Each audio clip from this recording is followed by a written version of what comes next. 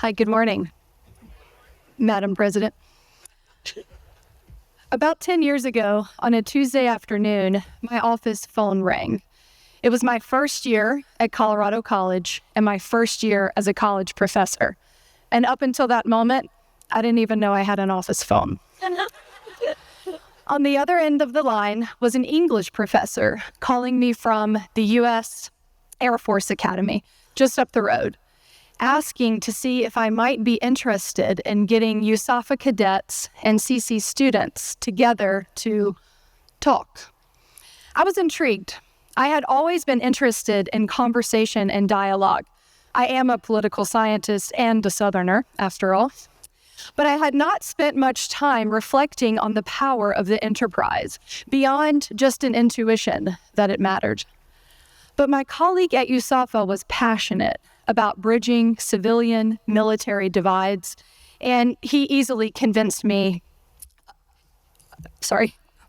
of the democratic relevance. Even with a strong conviction, though, that conversation across these groups mattered, we had less clear ideas about actually going about the process of doing it. So we put them in situations that we felt naturally encouraged conversation and dialogue among not just college students, but ordinary people as well. We screened films, and then we asked them to talk about it. We shared meals with no real topic or agenda at hand. We sent them to each other's campuses, and then we asked them to talk about it. We gave them topics for debate on which we thought they might disagree because of their different circumstances and their different backgrounds, and we asked them to talk about it. It turned out, though, that we really didn't have to ask them all that much. We found that when we put them in a room together, in a shared space, they had conversations about things both relevant and completely unrelated to the topic at hand. We called our group the Democratic Dialogue Project. And since its inception, and really since that phone call, my entire trajectory at Colorado College was reoriented. Conversation and its transformative power came to be the foundation of my teaching and research since that fateful Tuesday. I am fascinated by the antecedents, the causes, and the reasons that people call themselves liberals or conservatives or moderates. In my view, ideology, what I study, transcends politics in many important and really informative ways. When we ask people, that is, about their ideological identifications, they bring all sorts of information to bear that transcends politics, that's outside of politics. It goes beyond, for example, what it means just to be a Democrat or what it means just to be a Republican. Ideology, that is a deeply held gut-level attachment. And because of this, it can tell us a lot about who people are, how they view the world, and how they see themselves inside of that world. In this way, ideology can also help us understand a lot of things that political scientists care about. For example, why people might vote against what we assume to be their best interests. So the nature of my work means that I spend a lot of time thinking about how ideological identities matter. And one of the most significant ways in which they matter in this contemporaneous moment lies in their connection to polarization. My work evaluates ideological affective polarization, how liberals and conservatives feel about each other, and the causes and the relevance of this emotional regard we hold for each other. So let me share with you what affective polarization looks like in the U.S. over time and also today. We measure this phenomenon with the feelings thermometer, a tool frequently used in the social sciences that helps us get a hold on people's sentiment toward various groups and political figures. We do this by asking them to rate the groups or the figures on a scale of 0 to 100. 0 means ice cold feelings. 100 means about as warm a regard as you could possibly have. So what you're seeing in this figure here, in the top line, is the way that liberals rate other liberals and the way conservatives rate other conservatives. And we average those numbers together because it turns out liberals really like liberals and conservatives really like conservatives at about the same rates. And then in this middle line, out-group rating, you're seeing how each group feels about the other ideological team, also averaged together, because we don't like each other about the same amount as well. Affective polarization, this thick, solid black line on the bottom, is a simple calculation from those two numbers that subtracts the average out-group feeling thermometer score from the average in-group feeling thermometer score. And the key takeaway is this point here, that in the past 15 years ago or so, affective polarization has increased significantly. You'll note, too, that this is driven primarily by our soured feelings toward the out-group and not our increased infection for ourselves and our own groups. So why does this matter? What are the effects, in other words, of extreme levels of affective polarization within a democracy? Well, it's not good.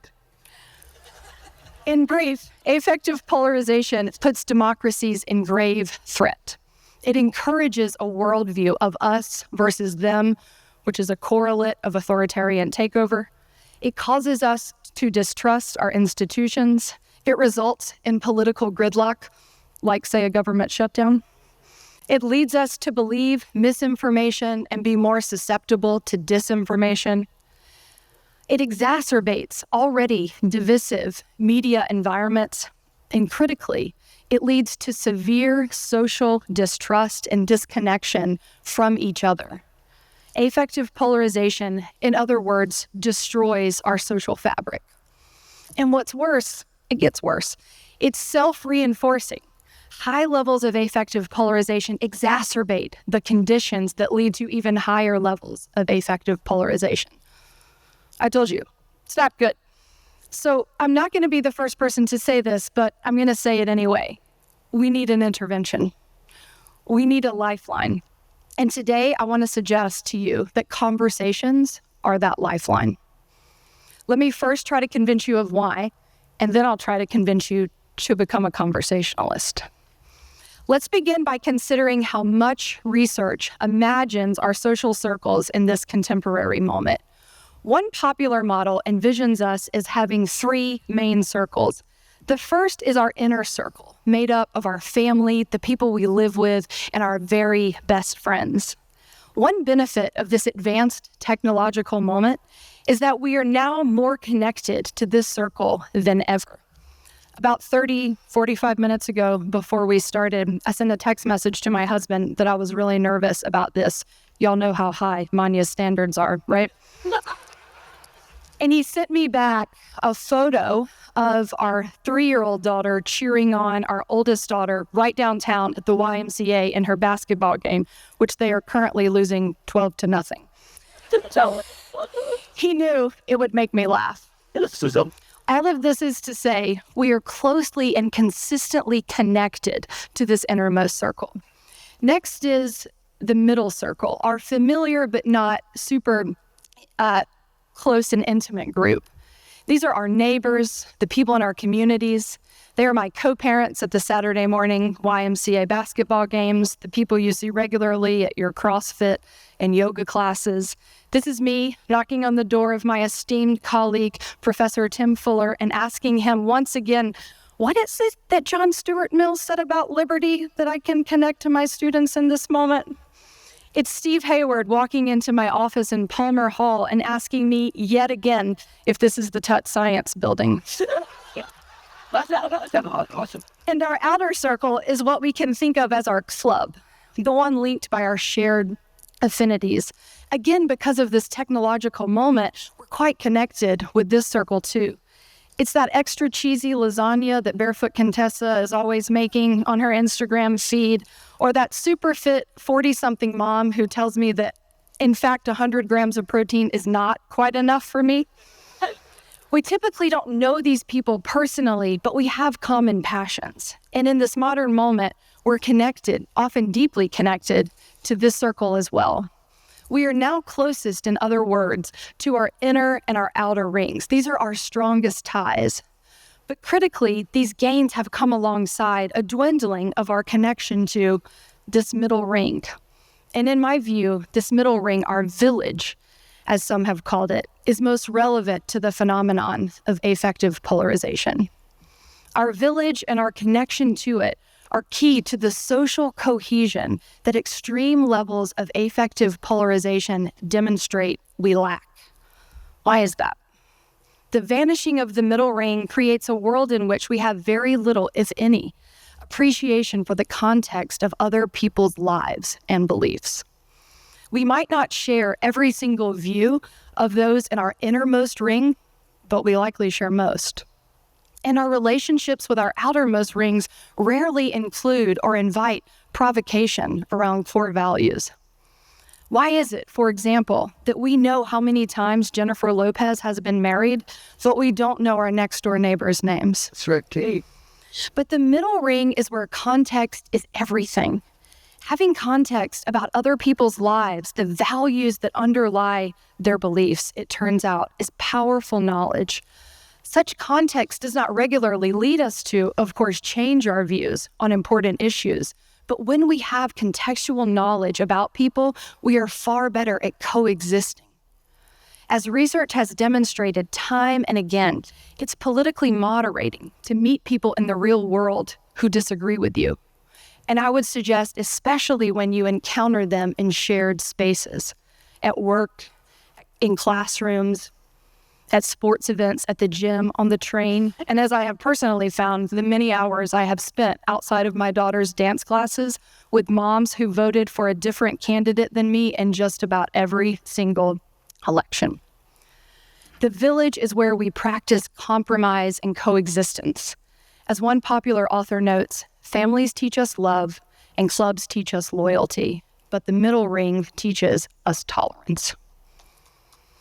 Without that context the village ring provides, our exposure to difference is relegated to self-selected, divisive news coverage and tailor-made social media algorithms. And this leads to a deepening and a hardening, or a calcification, as one team of political scientists have called it, of our own political views. Politics and everything related to it, which, by the way, is everything,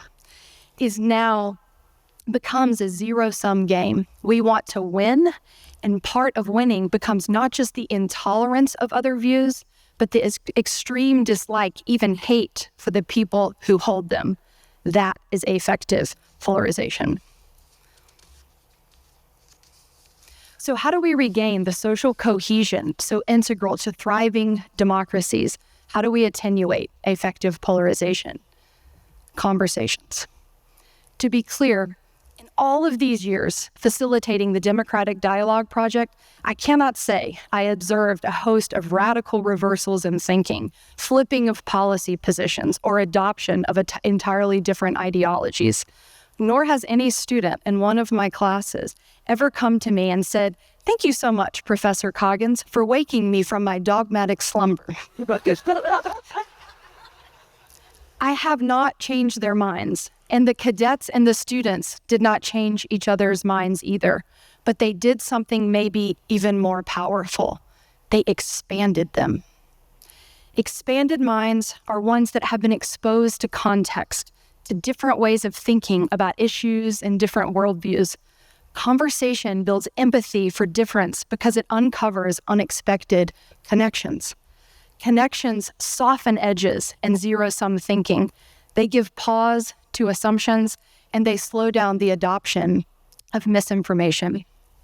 Conversation, I believe, is our silver bullet to releasing the pressure points of this emotional polarization that characterize the world in which we live and threatens the future of it.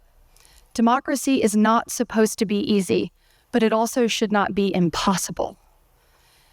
Now, some of you are getting worried that I'm going to suggest that you go home and strike up a frank and open conversation with your neighbor about capital punishment. Sure. I'm not. What? The key here is not changing people's minds, just as you presume that yours cannot be changed either. The magic is in the connections the conversations lend. Connection is the in-between spaces and moments where we learn to tolerate difference because these conversations, these middle ring relationships, give us so much more valuable information. Conversations humanize. Conversations can restore our social fabric. Meaningful interactions with our middle village ring are not the only thing we all know that matters in attenuating these deep divisions in our country, but they are what you and I, have control over every single day. Conversations are the pathway to undoing harmful stereotypes that preclude any meaningful progress in our country. And the incredible thing, the powerful thing, is that these conversations can happen at any point in time for most of us. For me, next Saturday morning at the YMCA basketball game. For you, maybe in line at the grocery store with a fellow shopper, or in your front yard with your neighbors as you go out to check your mail. And for our students, inside the Colorado College classroom every single day. The liberal arts is an opportunity to practice conversation. The liberal arts is itself a reflective conversation, one that challenges and trains our students to confront different ways of thinking and knowing, but it is by no means the only place that we should be practicing these conversations. We cannot save, or what's more, reimagine democracy without them. Thank you to our next president and avid conversationalist for having us all here today. Thank you.